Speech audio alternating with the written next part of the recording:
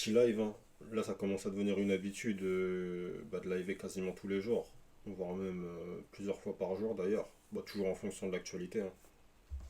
Toujours en fonction de l'actu. Et vu que l'actu en ce moment, elle est bouillante, en dinguerie évidemment, bah voilà, on se prive pas, on se prive pas de lancer des lives pour réagir à chaud, pour revenir à froid également sur certaines choses qui maintenant sont passées depuis quelques jours, sur lesquelles on a un peu plus de recul. Mais voilà, là, en tout cas, pour ce qui est de l'actu à chaud, bah, comme d'hab, hein, de toute façon, dans tout ce qui est actu à chaud, il y a forcément le cas de l'autre noisette là, Mbappé, qui fait parler, qui fait parler, qui fait parler. Et je pense qu'aujourd'hui, il doit bien regretter, je pense qu'aujourd'hui, il doit bien regretter son transfert en Espagne. Enfin, les situations dans lesquelles il a pu se mettre. Voilà. Je pense qu'à partir du moment où il avait prolongé de toute façon au Paris Saint-Germain, je parle de sa dernière prolongation, hein, au moment où il devait partir, à partir de là, pour moi, c'était le début de la fin pour lui. C'était le début de la fin pour lui d'un point de vue sportif. C'était terminé. Donc voilà, même si après, effectivement, hein, d'après certaines informations qui ont pu sortir, les circonstances de sa prolongation ne se sont pas faites dans un climat sain et serein. Mais, mais à l'arrivée, c'est lui qui a prolongé. Donc, est-ce qu'on lui a mis un couteau sur la gorge ou un pistolet sur la tempe pour prolonger ça? Il y a peut-être des personnes qui le savent ou qui le disent pas. Est-ce qu'on lui a fait un chantage duquel il aurait pas pu se sortir pour prolonger? Ce qui est sûr, c'est qu'en tout cas, voilà, aujourd'hui, il a prolongé. Si certaines choses sont avérées par rapport au fait que le club, je sais pas si on m'entend correctement, là je pense qu'on m'entendra un peu mieux. Si certaines choses en fait sont avérées par rapport aux circonstances de sa prolongation au Paris Saint-Germain, à savoir que voilà le mec il a prolongé sous le coup de la contrainte parce que voilà il y a eu des pressions qui ont été faites, que ce soit à lui, que ce soit à sa famille, que ce soit à son petit frère. En tous les cas, ce qui est sûr, c'est que l'argent il l'a pris. L'argent, il l'a pris, il a accepté de faire le choix de l'oseille. À chaque fois en France, on nous parle du fait, enfin voilà, c'est un peu les formules ici et là que beaucoup d'influenceurs se targuent d'utiliser dès lors qu'ils sont invités dans des émissions et des plateaux politiques en nous disant que la France est un état de droit, qu'on est en démocratie, que voilà, toutes ces conneries là, toutes ces conneries qu'on nous sort ici et là pour, euh, pour vanter la grandeur du pays, de l'état de droit pardon, dans lequel on est. Mais à l'arrivée, enfin, on voit bien que l'état de droit, dès lors qu'il y a des intérêts en jeu, on n'hésite pas à utiliser des coups bas, des coups foireux, et que voilà, à coup de pognon et à coup de chantage et de manipulation, là, il n'y a plus d'état de droit, il n'y a plus rien. Il n'y a plus rien du tout. Donc voilà, ça c'était quand même important de le mentionner. Encore une fois, comme vous voyez, hein, j'essaye toujours d'être très très nuancé dans ce que je dis. J'aime pas Mbappé, c'est clair. Maintenant, il y a des raisons pour lesquelles je l'aime pas, et c'est pas un joueur que j'ai toujours détesté. C'est-à-dire que quand il arrive dans le football, c'est pas un mec où je me dis tiens, lui j'aime pas sa gueule, je vais le détester. C'est pas comme ça que ça s'est passé. Il y a eu un processus, ça s'est fait dans le temps. Il s'est passé des choses. C'est un mec que j'ai suivi depuis le début, depuis son arrivée dans le football. Et voilà, à un moment donné, il y a eu un virage qui pour moi a été pris par lui, par son entourage, accompagné par le club, par le club également, à partir duquel moi voilà, j'ai commencé à me dire que les choses partaient en couille, et à partir de là, enfin voilà, j'ai pas suivi la tendance médiatique qui visait à voilà qui visait à nous faire croire que voilà tout était beau, tout était rose autour de ce joueur-là, que c'était un génie parce qu'en fait c'était juste un mec qui était un bon client dans les médias, vu qu'il s'exprimait bien et qui jouait le jeu des médias. C'est un mec en fait qui a plus hypnotisé en réalité les journalistes en conférence de presse, et ces journalistes-là qui sont des relais de l'information des influenceurs, du coup, bah en fait, voilà, c'est tout ce système en réalité, tout ce système médiatico-politique en fait derrière qui nous l'a fait passer comme un génie pour un génie sur le terrain.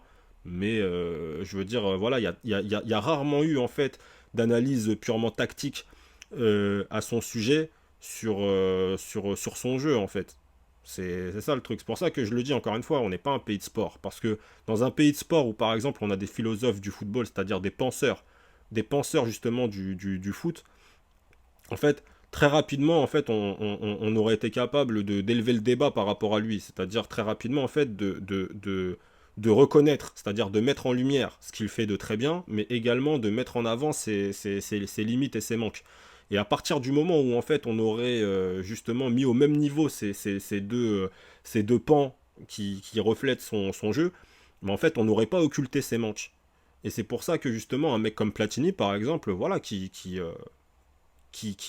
a toujours été dans l'analyse tactique, dans l'analyse technico-tactique, dans l'analyse du jeu en fait, bah lui rapidement, enfin voilà, c'est un mec qui l'avait dit à l'époque. Je veux dire, quand on voit Mbappé, ça c'est mes propos, hein, c'est pas les propos de Platini, mais quand on voit Mbappé balle au pied, on va pas se claquer la tête contre le mur en se disant oh purée mais c'est magnifique. On n'a pas l'impression de voir Riquelme ou Zizou ou je sais pas. Enfin, on n'a pas. Je veux dire des joueurs qui ont un toucher de balle, qui ont cette capacité à caresser le ballon comme on a pu en avoir dans l'histoire du football.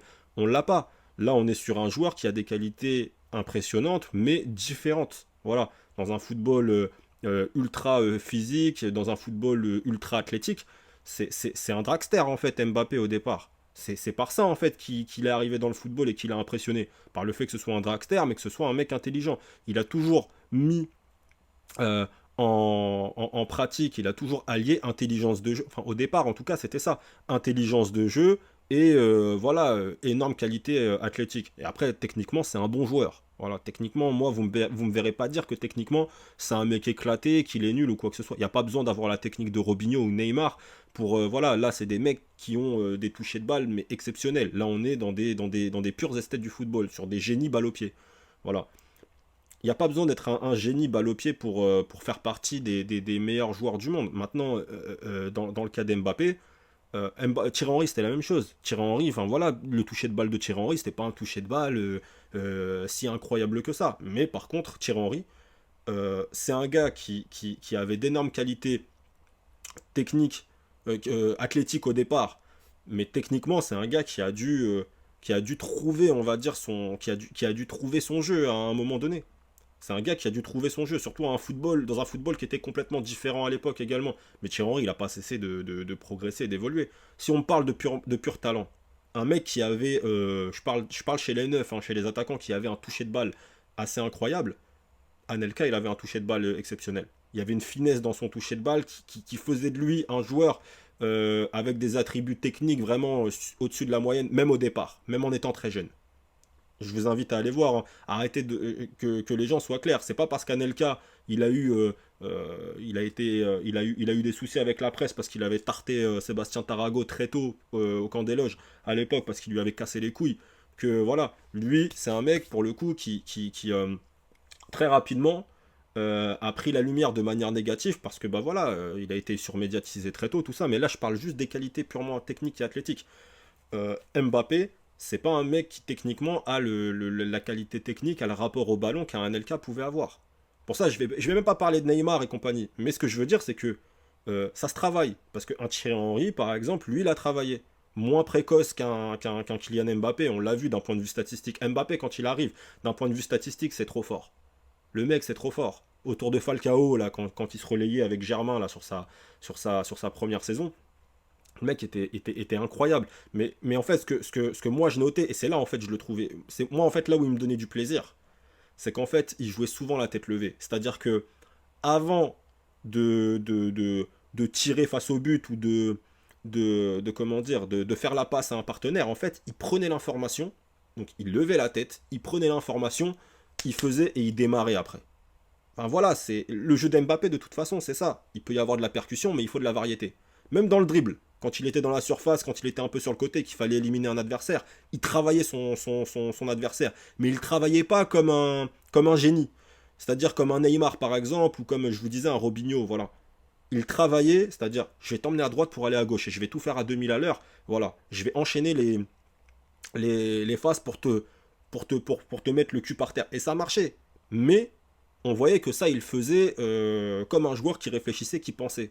Et moi, je trouvais ça incroyable. C'est-à-dire que aujourd'hui, c'est un gars en fait qui a été mis en concurrence à un moment donné. C'est-à-dire que c'est un mec en fait qui a été mis dans des effectifs avec des génies. Et à un moment donné, il s'est complètement perdu par rapport à ça. Je pense qu'il a dû développer un complexe qui fait que le mec, il a pété un câble. Je l'avais dit dans une vidéo, voilà, il y a plein de gens qui l'ont dit. Là, ces derniers temps, il y a pas mal de vidéos qui le disent. Après, on n'a pas attendu que ces mecs-là le disent non plus pour le comprendre. Mais le fait que eux le disent, en tout cas, c'est bien parce que ça permet de relayer une vérité. Mais que ce soit Walid Acharchour qui le dise ou l'autre, là, Just Riyad, là, je crois, je sais pas, c'est un TikToker, un influenceur, enfin voilà. Euh, Lui, ces mecs-là, en tout cas, sont en train de le dire. Euh, Ils te disent que voilà, le fait d'avoir eu Mbappé et qu'il ait été mis dans un effectif avec un Neymar, avec un Messi ou avec des mecs en fait qui d'un point de vue talent sont beaucoup plus faciles que lui, sont d'une autre espèce, sont d'une autre planète en fait, bah voilà, le fait que lui en fait on ait voulu en faire la tête d'affiche du football français, quelque part ça l'a complètement déconnecté par rapport à ses qualités de base. Voilà, c'est-à-dire que Mbappé, c'est un mec qui a à un moment donné complètement voulu dénaturer son jeu, comme je l'ai dit, en fait, qui a eu un complexe et qui a refusé, en fait, de jouer sur ses qualités. C'est ça le truc. C'est-à-dire que quand on nous parle de Mbappé, de professionnalisme, de tout ça, moi je suis désolé, le professionnalisme, on l'intègre là-dedans. Le professionnalisme, c'est pas uniquement être présent à l'entraînement, être tous les jours présent à l'entraînement, c'est pas ça. Parce que c'est pareil, quand on commence à aller sur le terrain du professionnalisme, en fait, le professionnalisme à l'époque, quand on commençait à le mettre en avant, c'était par rapport à Cristiano Ronaldo, par rapport justement à la charge de travail qu'il était capable de s'imposer. C'est-à-dire les 2000 abdos, tout ça, enfin voilà, à un moment donné c'était ridicule, c'était trop caricatural, ça en parlait sur tous les plateaux télé. Cristiano qui arrive le matin à je sais pas quelle heure, qui est le dernier à partir, truc comme ça. Déjà Mbappé à ce niveau-là, il n'est pas à ce degré de professionnalisme-là. En tout cas quand je parle, c'est ce degré d'engagement par rapport à sa condition physique, il l'est pas. Il l'est pas. Au Paris Saint-Germain, c'était pas le cas. Et au Real Madrid, c'est pas le cas. Et en équipe de France, c'est pas le cas non plus. On le voit. Donc, en fait, quand on nous parlait de Mbappé comme d'un grand professionnel, en fait, c'est là où vous voyez que c'était du bullshit en réalité.